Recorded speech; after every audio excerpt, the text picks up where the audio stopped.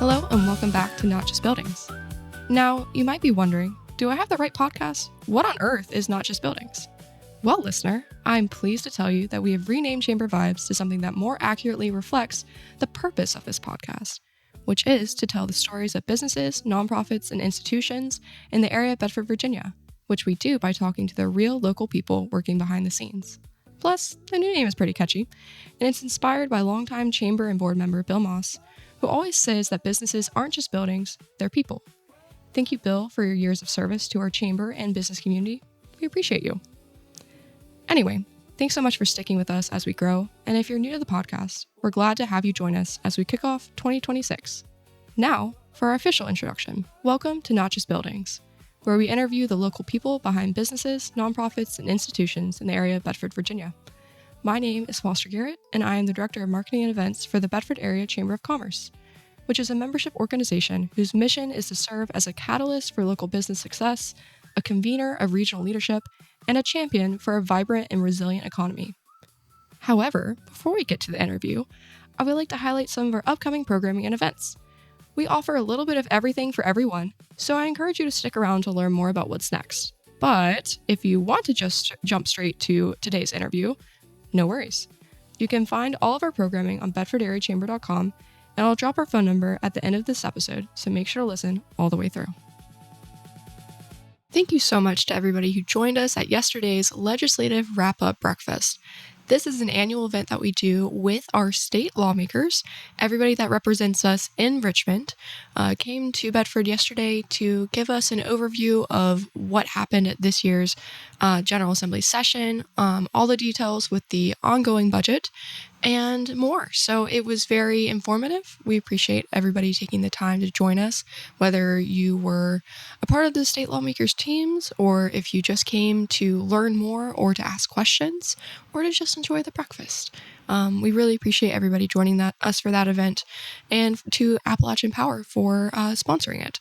So if you're interested in more of the advocacy that our chamber does, please reach out to us. We would love to get to know some of the issues that are presenting themselves to your business, any of the challenges, anything you'd like us to share, success stories.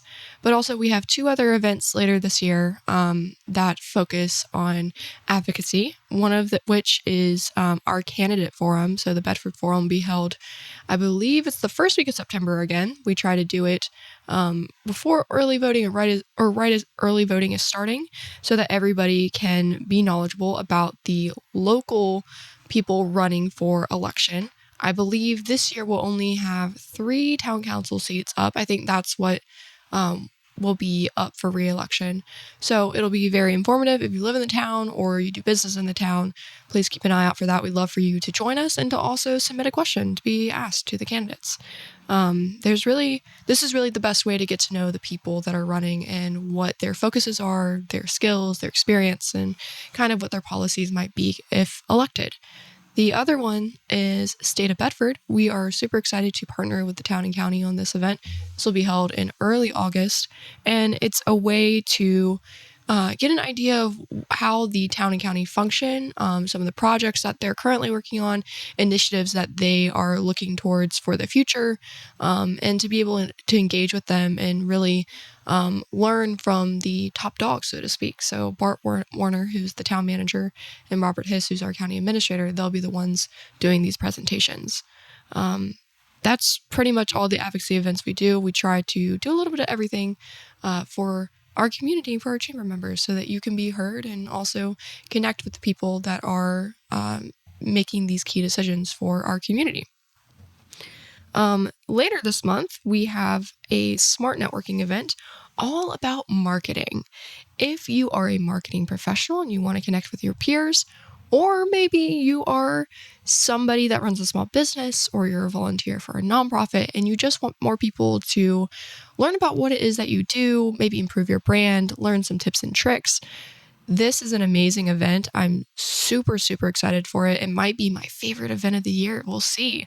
But we'll have 4 different local professionals sitting on a panel, facilitating a full room conversation, sharing what it is that they do. When we've done things like this in the past through our Smart Networking series, we always come back with so many more avenues to succeed and just things that you maybe never would have thought of for your organization or business that then can be implemented for your marketing strategy. So come on out. You never know what you might learn. That will be held on May 19th from 10 a.m. to 12 p.m. at the Bedford Area Welcome Center. It is free for chamber members and only $15 for non-members. And yes, we will have plenty of coffee for you there.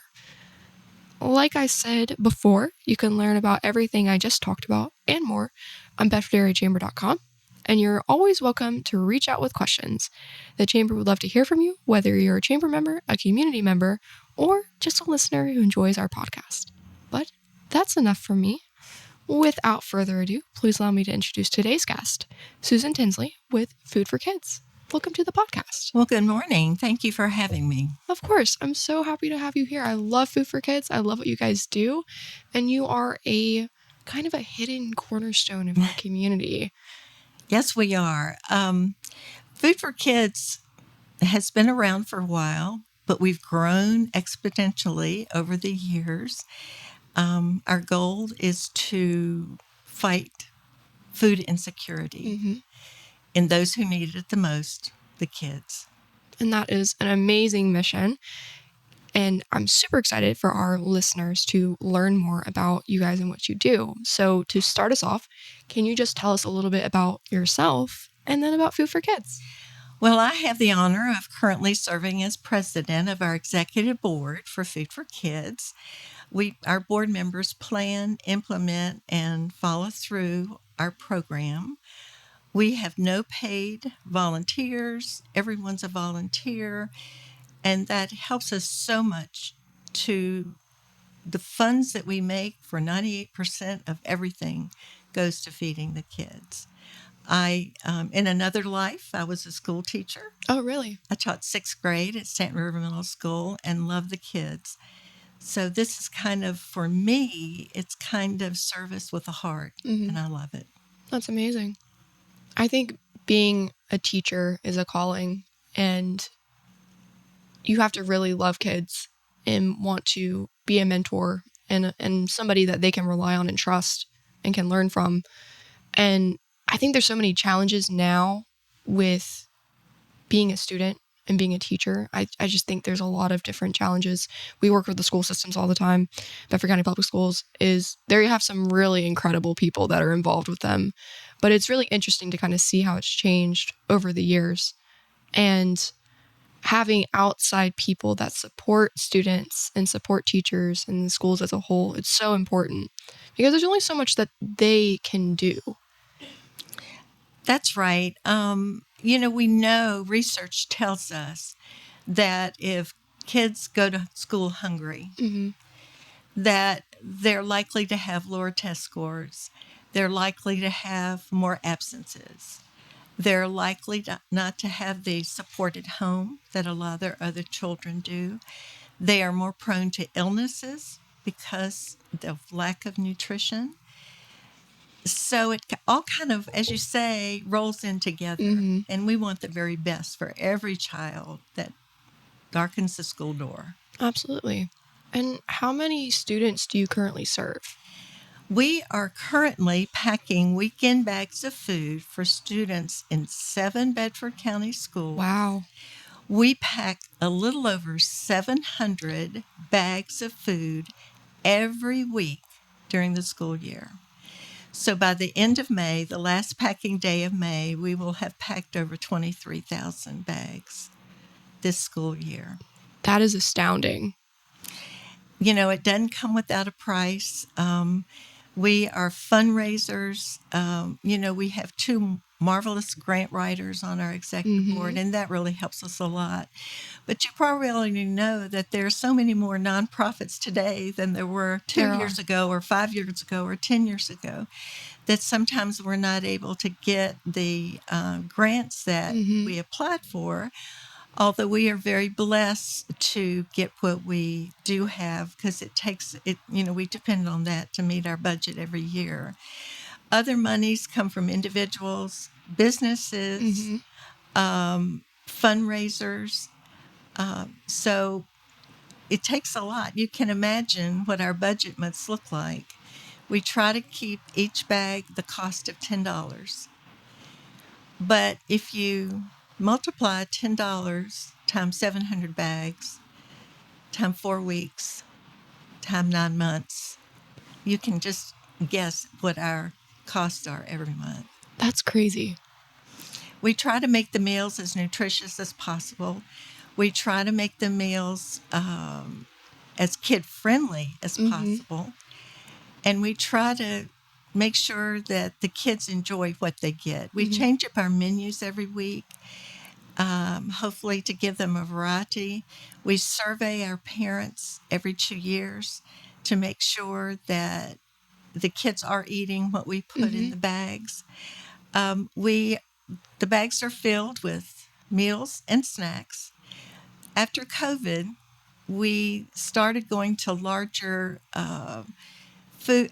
amounts of foods because we realized that it's not only the children in the family, but it's the family as a whole that needs our help. And so it looks like what we put in our bags look about 7 meals and snacks to cover the weekend. We put cereal in once every 2 weeks. All of our cereal is donated.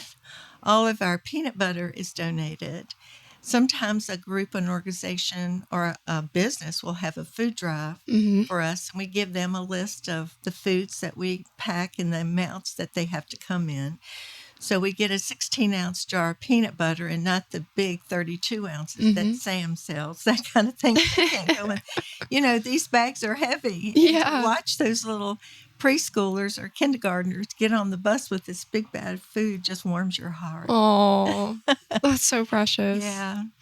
In the 7 schools that we are in Bedford County, and this is a really important statistic that comes to us from the State Department of Education, 9 out of every 10 kids are food insecure.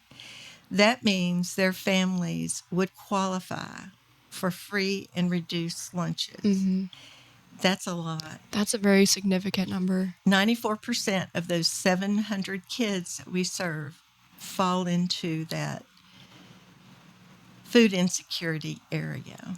And that's what keeps us going. Yeah. Yeah. We don't know who the children are. We send out registration forms with all the preschool activities that go on, school open house night. And then it's up to the parents to fill out the forms and turn them back into the school. The guidance counselors are the keeper of the list. They give us a number every week as to how many bags they need for their schools. And that's what we carry, that's what we make and send out to them. We don't know the names, but we just pray that the kids that are getting those foods really cherish those foods. I'm sure they do. And I'm sure the parents are so appreciative. Well, we really praise the bus drivers because we know a lot of those kids get on the buses with those bags. And normally the bus driver will keep the bags up front so the kids can grab them as they get off the buses. But our volunteers are amazing. We have quite a few volunteers on our list. It takes about 25 volunteers on a Thursday morning to pack our bags. We have people that pack the bags. We have volunteers who keep the food on the table so our assembly line goes really well. We have volunteers who take the bags and put them in cars and trucks. We have volunteers who take those bags to the schools. You guys are a well-oiled machine. We've been around for a while, and I think our system really works. We have a lot of people to come out and check us out, and it works for us. That's awesome. You guys do amazing work. We also are appreciative of the guidance counselors and how they keep track of the children for us. The bags we get stories that the bags are sometimes they try to open them on the bus. We tell them no, they need to take them home. We have stories of where kids hide the bags in their rooms because they don't want the food to share in their family. Oh. We have stories of parents who say, I'm working 2 jobs. I still don't have enough money to feed my children. So that's the kind of thing that really warms our heart and keeps us going. Yeah. Mm-hmm. I think it's been incredible learning more about food for kids. When I sat down with Linda last year, it was I always come in having, some knowledge about what we're going to talk about, even when it's something like very classic, like the peaks of water. I always walk away having learned so much more. And just the amount of people that have to come together to execute something of this magnitude it's really powerful. And I think it speaks to the need. Oh, yeah. But it also speaks to our community and how we really do care for one another. One of our goals is to get our Food for Kids story out to the Bedford community. We started with one school, Body Camp Elementary, in 2010. And when Body Camp closed, we followed those kids to Goodview and Manita and Huddleston. And then we added Montvale Elementary. And then we added Stewartsville Elementary. And just a little over a year ago, we added Bedford Primary and Bedford Elementary, which helps us to move into an area that we had not been in so much before.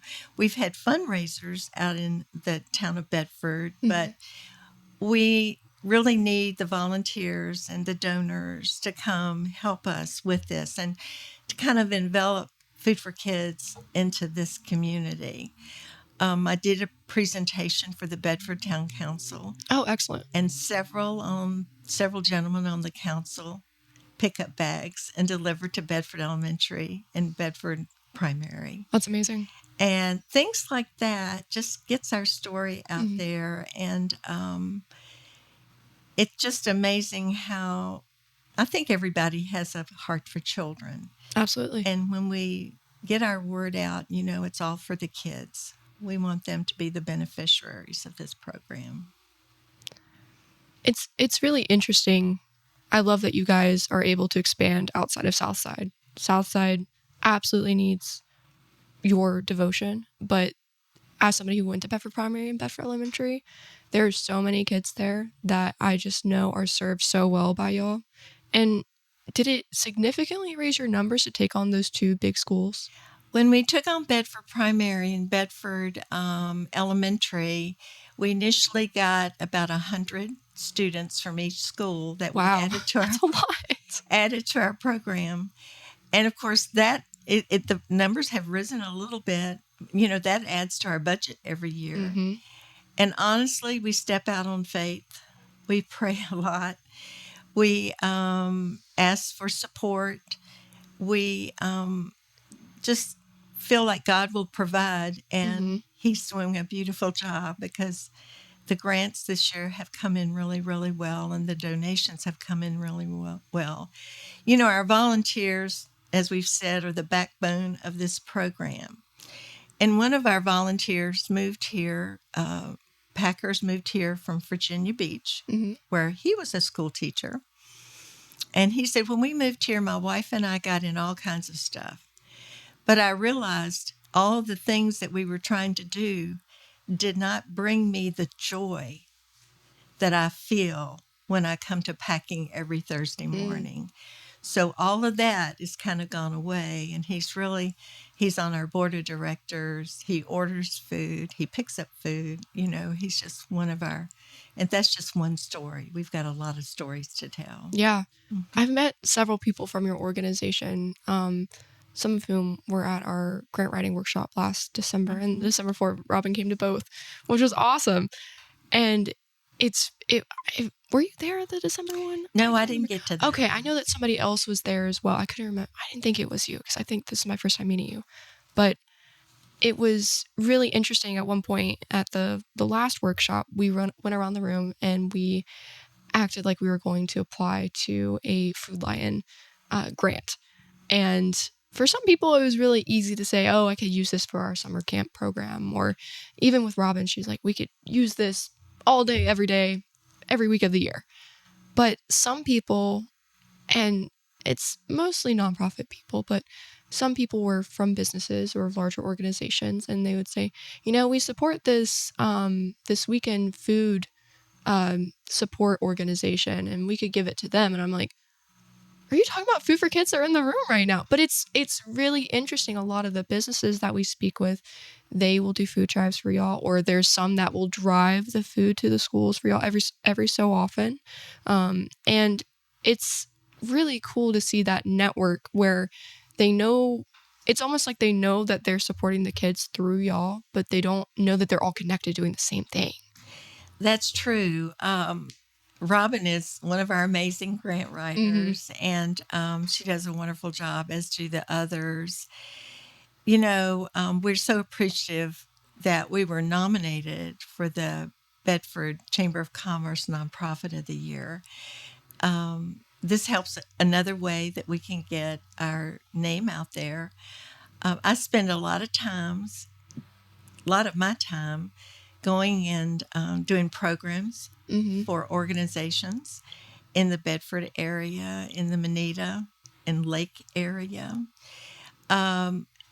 We do things like the Chamber Business Expo in Moneta.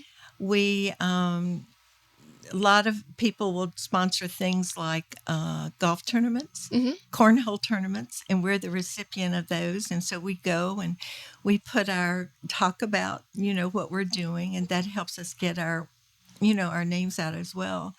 We do have a website. Okay. We do have a Facebook page. Excellent. And for anyone who would like to contact us on both sites, we have a telephone number. Then you can call.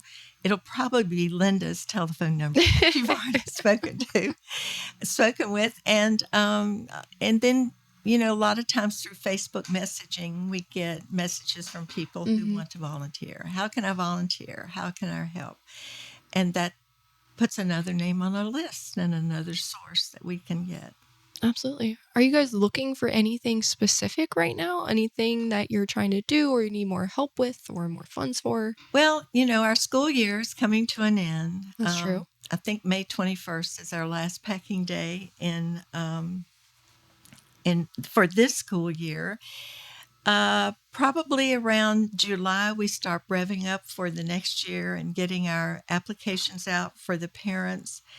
But any time is a good time for a food drive. We get a lot of peanut butter. There's several churches in the area that they've been collecting peanut butter for years for us. Or make a donation. It costs about $360 a year to sponsor one child. Oh, wow. But if you can contribute one bag, a bag for a month, or sponsor a child for a year, that really helps us as well. That would be awesome. And if people want to get in touch with y'all through the website? The website, okay. Through the Facebook page.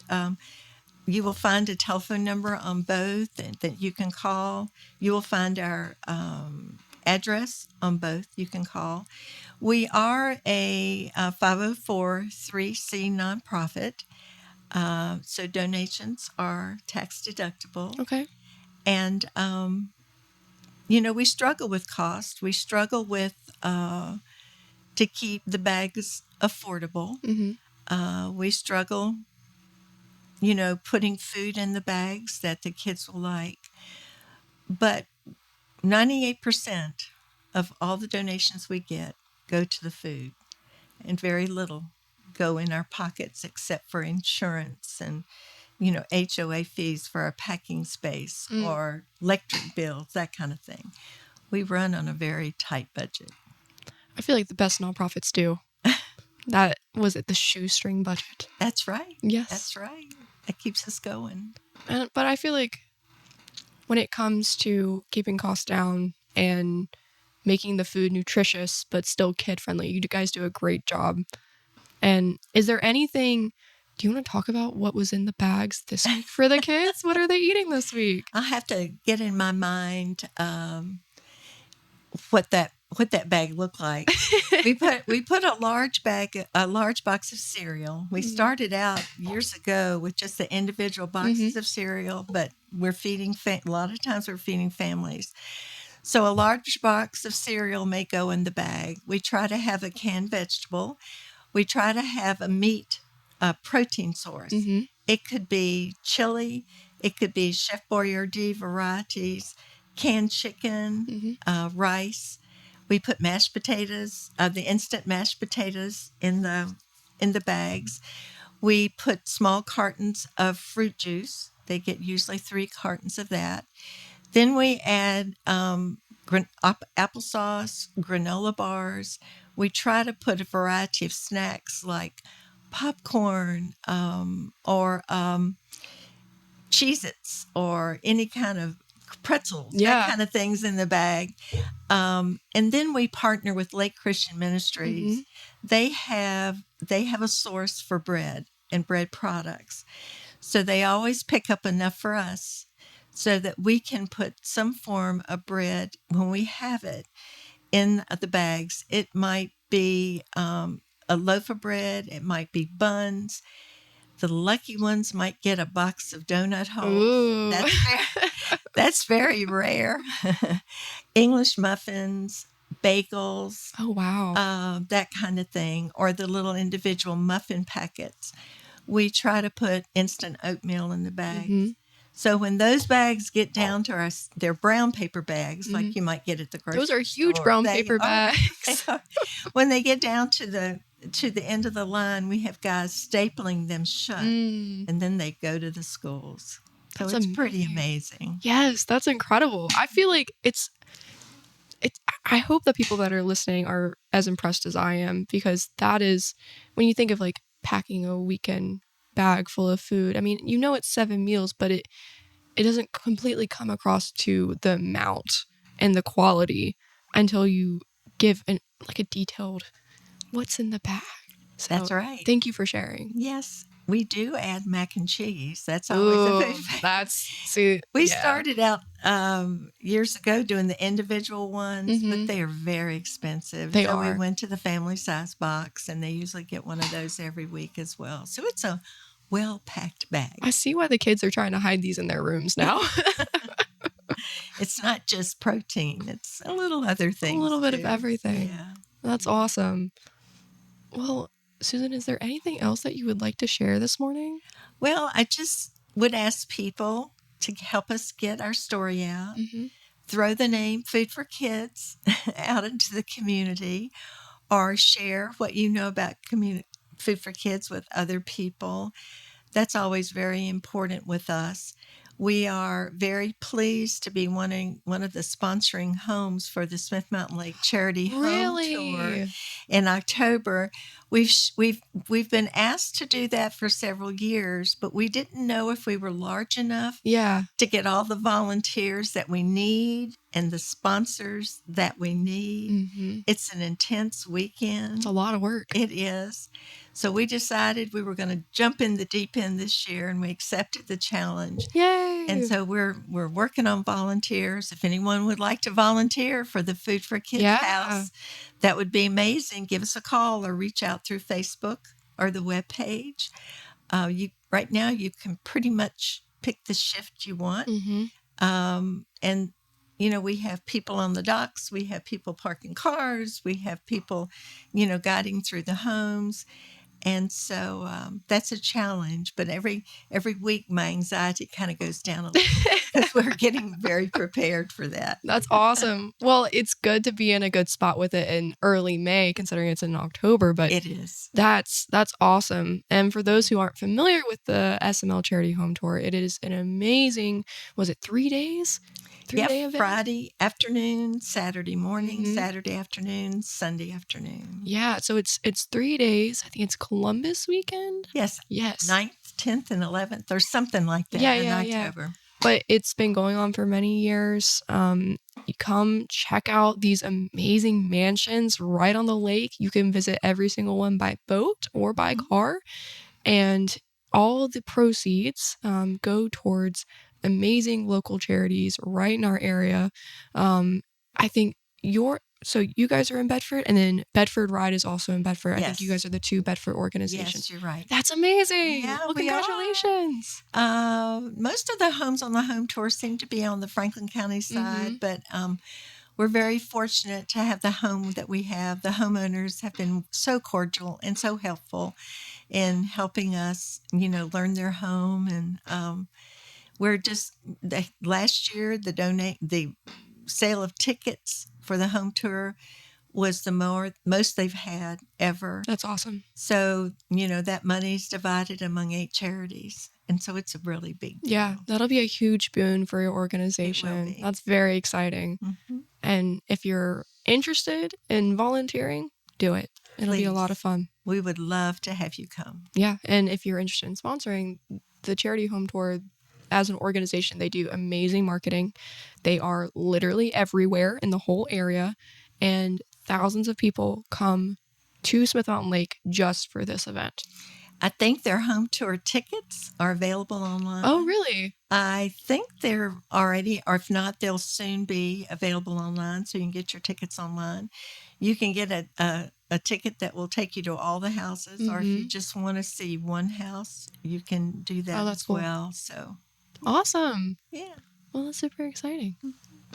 Well, Susan, thank you so much for joining me today. This has been great. Well, we again thank you for the opportunity. Of course. To have us here. Thank you. Absolutely, and we'll have to do it again soon. You're listening to Not Just Buildings, hosted by the Bedford Area Chamber of Commerce and produced by Media Squatch. There are so many great people working together to make the Bedford area a great place to live, work, and do business, and we hope that by telling their stories, our listeners are able to become more connected to our community. After all, there are so many hidden gems, services, resources, and amazing opportunities just waiting to be seized right here in the area of Bedford, Virginia. If you like this interview, I have great news for you. New episodes come out every week, and we have lots of episodes for you to catch up on in the meantime.